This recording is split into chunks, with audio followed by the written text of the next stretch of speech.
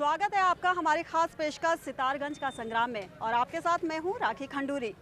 तो सितारगंज का संग्राम छिड़ चुका है, ऐसे में मैं यहां पहुंच गई हूं सितारगंज में आपको बताने के लिए यहां का चुनावी हाल।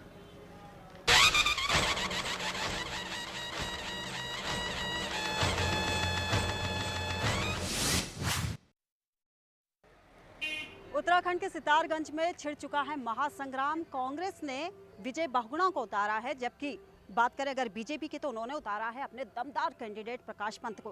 तो आइए सबसे पहले नजर डालते हैं यहाँ के चुनावी समीकरण पर।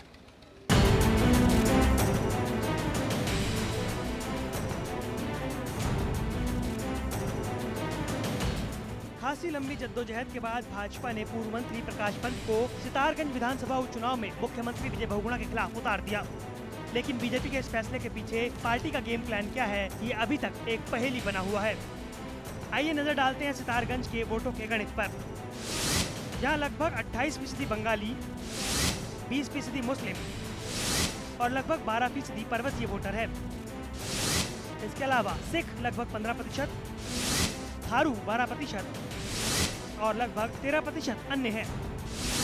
यानी बंगाली वोटर सितारगंज में निर्णायक भूमिका में है।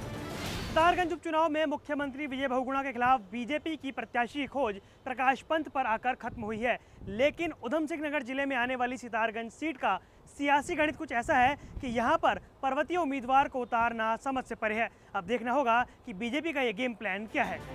तो ऐसे में सवाल उठ रहा है कि क्या महज 12% पर्वतीय वोटर के बूते भाजपा प्रकाश पंत पर दाव खेल रही है, या फिर ये माना जाए कि भाजपा की रणनीति 28% बंगाली वोटरों को छोड़ शेष 72% गैर बंगाली वोटरों को पार्टी की तरफ मोड़ने की है। भाजपा के इस फैसले के मूल में उपचुनाव के लिए पार्टी के गेम प्लान को लेकर सियासी हिलकों में अनिश्चय की स्थिति है। सितारगंज में लगभग 1 लाख मतदाताओं में सर्वाधिक बंगाली हैं और हाल में राज्य सरकार ने विधायक किरण मंडल को दिए आश्वासनों को जिस तरह पूरा किया, उससे साफ हो गया है कि कांग्रेस इस वोट बैंक को पूरी तरह साधने की कोशिश में है। इस हालत में गैर बंगाली के रूप में प्रकाश पंत को उतारकर भाजपा की रणनीति गैर बंगाली वोटरों को अपने पक्ष में मोड़ने की हो सकती है। साथ ही पर्वतीय वोटर पर भी भाजपा अपना दावा मान रही है। महत्वपूर्ण बात यह है कि भाजपा ने एक उपचुनाव के प्रत्याशी का नाम तय करने में इतना वक्त लगा दिया। समझा जा रहा है कि प्रकाश पंत जैसे नेता को टिकट देकर भाजपा मुख्यमंत्री के खिलाफ इस बेजान मुकाबले में जान डालने की कोशिश कर रही है। जनता के लिए ब्यूरो रिपोर्ट के साथ वरुण गोयल।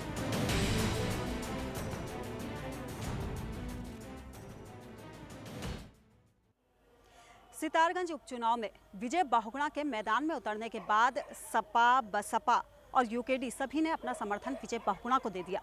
लेकिन बीजेपी ने विजय बहुगुणा के खिलाफ अपना कैंडिडेट उतारा है प्रकाश पंत के रूप में। अब देखना दिलचस्प होगा कि प्रकाश पंत आखिर विजय बहुगुणा को कितनी टक्कर दे पाते हैं।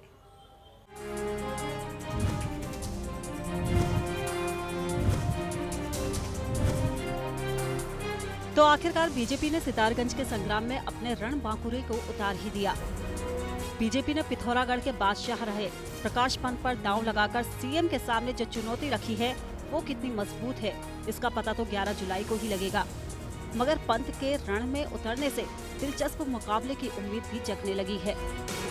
बीजेपी नेता तो इतने उत्साहित हैं कि वो पंत के जीतने तक का दावा करने से गुरेज नहीं कर रहे।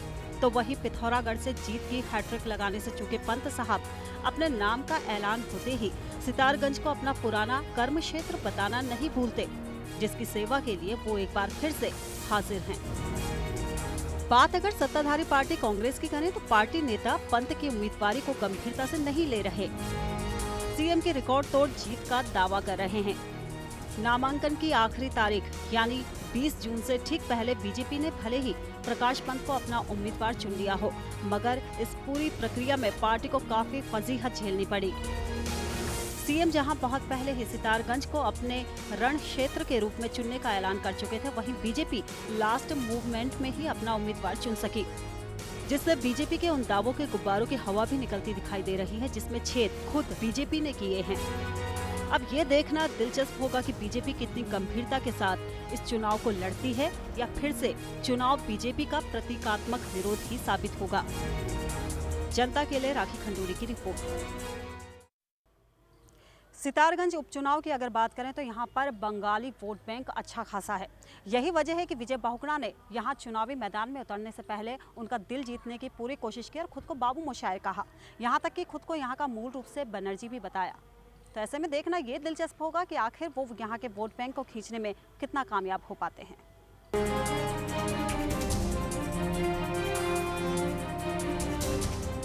सितारगंज जहां चुनाव में हमेशा से ही बंगाली समुदाय अहम भूमिका निभाता आया है, इस बार भी सितारगंज चुनाव में ये वोटर अहम रोल निभाने जा रहा है।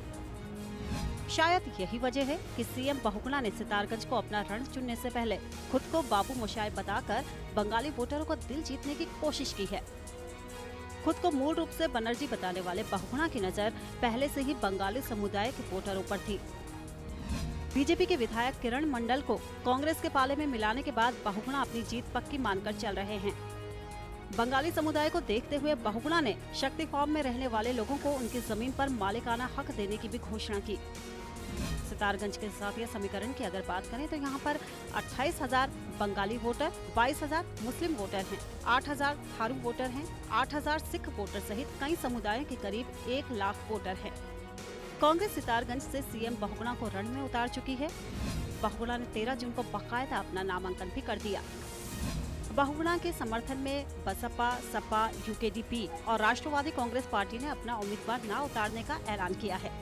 वैसे भी सितारगंज से बसपा के 2 बार विधायक रह चुके नारायण पाल ने बसपा से बाहर आने के बाद बहुगुणा के समर्थन का फैसला किया था, जिससे बीजेपी की रणनीति धरी की धरी रह गई। मंडल के पाला बदलने के बाद बीजेपी की आशा नारायण पाल पर आकर सिमट गई थी, मगर नारायण पाल के सीएम के समर्थन करने से बीजेपी के रणनीतिकारों को नई रणनीति बनानी पड़ी, जिसके तहत प्रकाश पंत को आखिरी वक्त पर मैदान में उतारा गया। हालांकि उत्तराखंड बीजेपी में प्रकाश पंत का ऊंचा कद है, लेकिन इस बार पिथौरागढ़ से चुनाव में पंत को मुक्ति खानी पड़ी थी। फिलहाल कुल मिलाकर सितारगंज का घमासान दिलचस्प होने की उम्मीद दिखाई दे रही है। जनता के लिए राखी खंडूरी की रिपोर्ट। सितारगंज का संग्राम आगे भी जारी रहेगा, लेकिन फिलहाल यहाँ पर हम रुकेंगे एक बहुत ही छोटे से ब्रेक के लिए।